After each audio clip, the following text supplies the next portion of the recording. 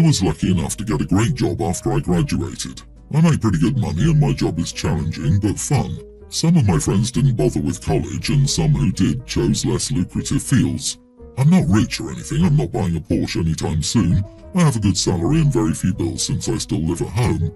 I got a nice hiring bonus when I was recruited, and I took my friends out for what I made clear was a one-time celebration. Every once in a while I get together with my friends and go to a restaurant. We usually end up splitting the bill. I don't drink a lot, so I might have a beer with my meal, but that's it. I know they don't all have disposable income as I do, so I usually also cover the tip, but they tend to go overboard. Like one girl orders 5 or 6 drinks throughout the meal, and she will order appetizers for the table. I never eat the appetizers because they're almost always deep fried and I tend to avoid that stuff.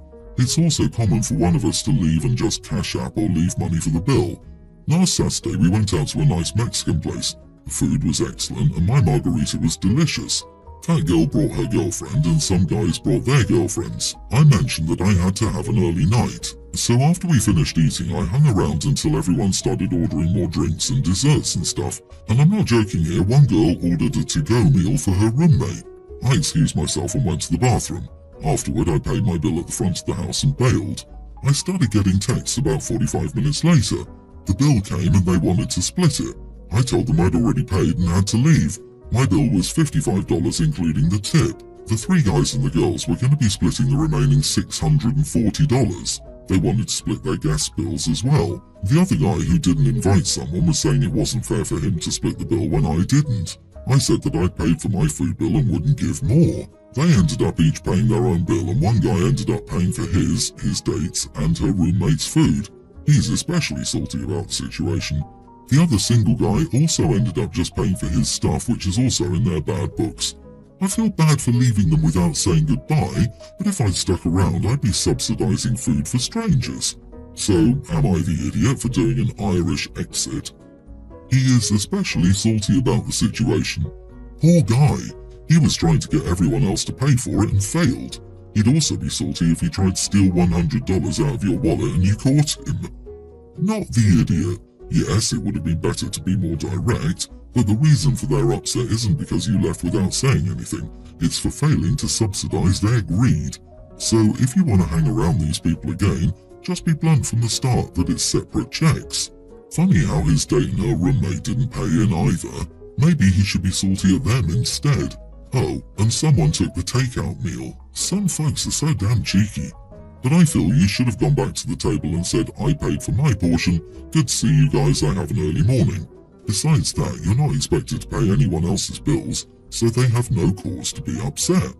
There wasn't a single complaint about the Irish goodbye, just that there were problems splitting the bill. Also, in the age of Venmo, who splits a bill evenly anymore? I've never seen anyone under 40 want to do that unless they were trying to get others to cover their excess. They're salty because they over-imbibed. Some others foot some of the bill. Nice job, OP. My husband and I have 2 kids, my stepdaughter teen and our son young child. My husband's family and I don't get along. Honestly, we're all at fault for that. When I first met them, I thought they were a bunch of snobs, so I didn't act very friendly toward them, and they are in fact a bunch of snob idiots, so they weren't very friendly to me either. We got into a lot of fights, and it was awful, to the point that they said they didn't want to have anything to do with me, my husband, or any of our future kids. They only wanted to stay in touch with my husband's daughter, who was 4 back then. My husband agreed because he thought it would be unfair for his daughter to lose her family because of us. It's now a problem for us because my son has started to notice that he's being treated unfairly. He hasn't even met my husband's siblings. All he knows is that his sister gets a lot of good gifts for Christmas, birthdays and other occasions, and he doesn't. For Christmas, they bought a PS5 for her. We made it clear to her that since she needs to use our TV to play, she has to share it with her brother. Of course, she threw a tantrum that it was her console and he was going to break it, but she finally agreed. 4 days ago was my stepdaughter's birthday, and guess what she got? A TV. I told my husband this had to stop. We can't let them treat our son like that. We told them that unless they start treating the kids equally, they won't be able to see stepdaughter again. They became outraged and called us idiots for taking their child away. They kept sending texts and calling us different names, so we had to block them. When we told stepdaughter she had another tantrum, she was crying and yelling at us for an hour. She hasn't been talking to us in 4 days, doesn't come out of her bedroom, and is crying the entire time. My husband thinks we're idiots and should just let her see his family, but I'm not sure. Am I the idiot? Edit. I've raised my stepdaughter her whole life, so yes, I'm her mom and that's what she calls me. I didn't stop my in-laws from having a relationship with my son, it was their choice. We tried to invite them to meet our son, but they refused. My husband has even been trying to fix things with them. He loves his family and is hurting a lot by not seeing them, but they don't want to fix things. You are the idiot. It was you who didn't want anything to do with your in-laws. It was you who didn't want your biological child to have any type of relationship with your in-laws. You do not get to make that choice with your stepdaughter now that you see your biological child being left out because of your actions. Your in-laws are acting accordingly. You messed up and now want the benefit of all the goodies. Totally agree. All this our TV talk makes me think stepdaughter gets a very clear visual of how it is her versus them. That child is counting down to the day she can dump her stepmother and go. Match her gifts with your own money for your son. He's not owed anything and neither are you, OP. How do you want to cut off his family but expect presents for your children from them? They are practically strangers, so of course they favour the child they actually know. So you brought this about and now you want to complain about it? You didn't think of this before you broke your relationship with them. They clearly stated this would be a consequence. So now that your son is being affected, you want to upend her life? Stop making your children pay because you're unfriendly and hold grudges. It's not their grudge to bear. Geez, not the idiot. Everyone here is going way too hard. This is way more than just a PS5. This is one kid living in the lap of luxury and the other barely getting by.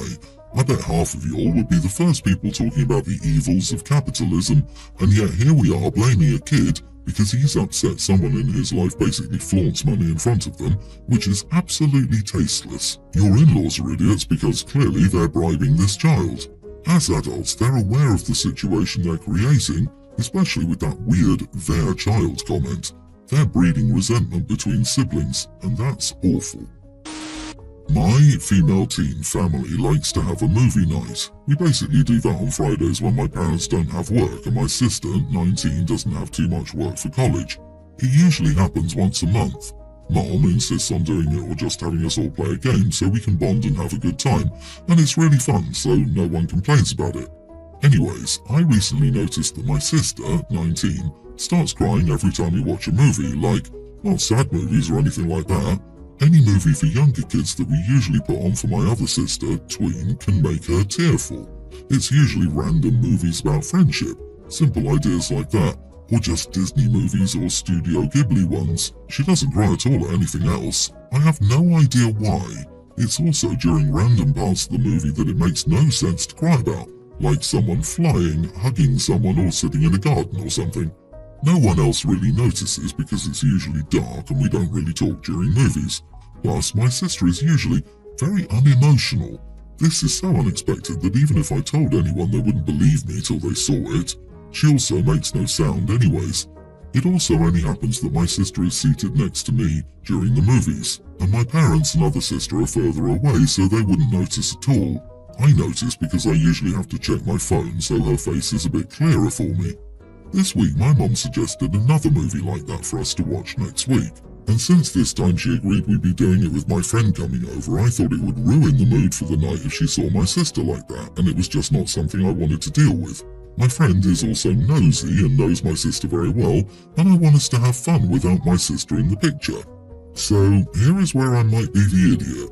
I told my mom I was okay doing it as long as my sister wasn't there, and if she was there, she must stop crying over nothing and control her emotions for the night.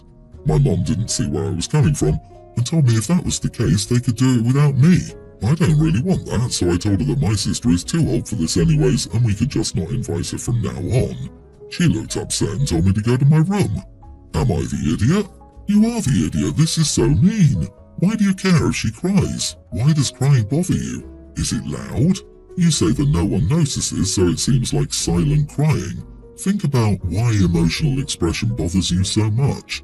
I tear up at many movies, and what makes some people cry doesn't make others cry. You're trying to get your sister kicked out of family movie night because crying isn't cool. My lord, OP, you need a reality check. Yeah, so you saw your sister cry repeatedly, a behaviour very unusual to her, and instead of reaching out and offering your support and asking what's up, you want to exclude her so you won't be embarrassed? Jeez, seriously. So your sister is a new college student away from home, who never was emotional and is now crying at children's movies in which characters typically have to overcome a tragedy or problem and involve personal growth. You really cannot imagine why that might evoke an emotional response. Your sister is tearing up in the dark and you can't even spend time watching a movie without checking your phone, therefore lighting up her face. Your mother has the right idea. Maybe you can sit in your room for a couple of hours and think. If tears make you uncomfortable, you need to do the inner work to discover why you fear public displays of human emotion. My tween son goes to a skate park after school with his friends, including his cousin, my nephew Jack, who's also a tween. I went to pick up both boys when I saw a crowd of kids by the fence. I went over and asked what was so interesting, and they pointed to a snake. Not just a snake, but a rattlesnake. They'd never seen one before outside a zoo, and I assumed they were trying to get it to strike because they didn't think they'd get bit. I told them all to get away from it, and they did, except Jack, who actually got closer to it with his phone. I think he wanted to get a close-up video of the snake striking. I yelled at him to get away and he told me to hold on. I took him by his arm and pulled him away. He gave me this angry stare. I told him what the heck, that snake could kill you. He gave me the silent treatment until his mom picked him up. Then 20 minutes later she called me up in a rage about how I grabbed him and did this and that and hurt him, etc., and I'm not his dad. I asked her if her sweet angel had told her about the rattlesnake he was provoking. She said, "What snake?" I hung up. She called up again and said that I still owed her and Jack an apology for handling him. I told her to screw off and check his phone and see if I did any of that stuff, as his camera was recording everything. An hour later, my brother called me up and said what Jack did was stupid and he was happy I was there, but I still owed his wife an apology for telling her to screw off. I said I'm not apologising for anything, at least until she apologises to me for coming at me sideways twice. To be honest, I don't even care because I don't like her anyways. He apologised, and I said not acceptable. She needs to apologise. Not the idiot. Your sister-in-law needs to apologise and learn that you don't just listen to kids and then go nuclear. You ask questions. She would have gone nuclear if she'd asked questions like a normal human. She has issues, and she is teaching her son that he is a precious being that no one can discipline. I mean, seriously. It was a damn rattlesnake, and you were yelled at for manhandling him? She owes you a big apology and needs to take some anger management and parenting classes. She is teaching her kid that he can lie and she will go full nuclear, rather than teaching a kid about the boy who cried wolf. Seriously, like if a kid says, "Uncle grabbed my arm and he yanked me around," wouldn't the obvious next question be, what was the context, who was around, what was happening? You're completely in the right here, OP. Your brother demanded you apologise for dismissing a false accusation, so you're definitely not the idiot for insisting she apologises for false accusations. So he wants to avoid drama in the family. He should have handled the entire convo with you from the beginning. She comes in hot, she can be embarrassed. I, 20 female, am a college student living with 4 roommates in a shared off-campus house. One of my 4 roommates is not a roommate on our lease, but one of my other roommates' boyfriends. I'm not happy about this, but it is what it is. We'll call the boyfriend roommate Kevin, 21. I had a paper due at 11:59 one night last week. I was really late getting started, so to say I was on a time crunch would be an understatement. Around a little after 7, Kevin came into my room and asked me if I could drive him to his work, which is about 20 or 25 minutes away, because he left his laptop there and he had a quiz that he needed to take that was due that night. I apologised and told him I couldn't do it because I had a deadline. He proceeded to ask me if he could just use my car and I said no. When he asked why, I told him because the car belonged to my parents and they didn't want anyone else driving it but me. Kevin got very angry and told me that I was being unreasonable because it would only take about 45 minutes and we'd be back home before 8, and that if he took my car, he was just going to go straight there and back. I said that I was sorry but I couldn't help him, and he sulked out of my room and slammed the door. I actually started to feel really bad and was going to offer to take a break after I got to a good point in my paper to take him. Then I heard him in the next room complaining to his girlfriend on the phone about me and calling me all kinds of nasty names, so I just put my headphones in and concentrated on my paper. About an hour passed by and he came back into my room and asked me if I could send him money for an Uber to go pick up his laptop. I said, no, why would you take money from a witch? And basically repeated all the names he called me. He then tried to apologise and say that he was just stressed out and that he didn't mean it. I said no again and he lost it. I packed up my laptop and some clothes and went to my boyfriend's house to stay the night and finish my paper, which I finally managed to submit at 11:45, thankfully. When I came back the next day, my roommate, who is Kevin's girlfriend, yelled at me for making Kevin miss an assignment when he gave me 3 options to help him. We ended up fighting and things have been tense in the house ever since. One of our other roommates thinks I didn't do anything wrong, but the other roommate thinks I should have just helped Kevin to keep the peace in the house. I feel like an idiot for making things in the house tense and making Kevin's grade in that class lower. It would have been less effort to take him than it is to deal with all the fighting and awkwardness. Not the idiot in the slightest. Your roommate's boyfriend shouldn't be living there unless he's paying rent. Second, you have no obligation to drive him anywhere, and being as you don't really know him, I don't know why he would expect you to let him drive your parents' car. And lastly, this is a grown man. Bro doesn't have his own car or money for an Uber. What a loser. Right? Why would it ever be on OP to give him money for an Uber? I could probably go out right now and find 20 people who will not lend me their car for 45 minutes, and guess how many of them would give me money for an Uber as a result? The boy is sheltered. And apparently he needs to have the sense to remember his computer at work too. You had 3 chances to help him. What the heck is that? Some test? Why couldn't his girlfriend or parents send him money for an Uber? Are you supposed to be the ATM? Seriously, these people are messed up. You should have a house meeting and make it clear you are not responsible for Kevin. You should also be clear that you will never tolerate verbal abuse, and if Kevin wants to continue staying in the house, he must apologise. If he refuses, bring up the issue that he's not on the lease, and if it continues to cause problems, you will inform the landlord. Don't let him make this behaviour acceptable. Don't try to be nice to keep the peace.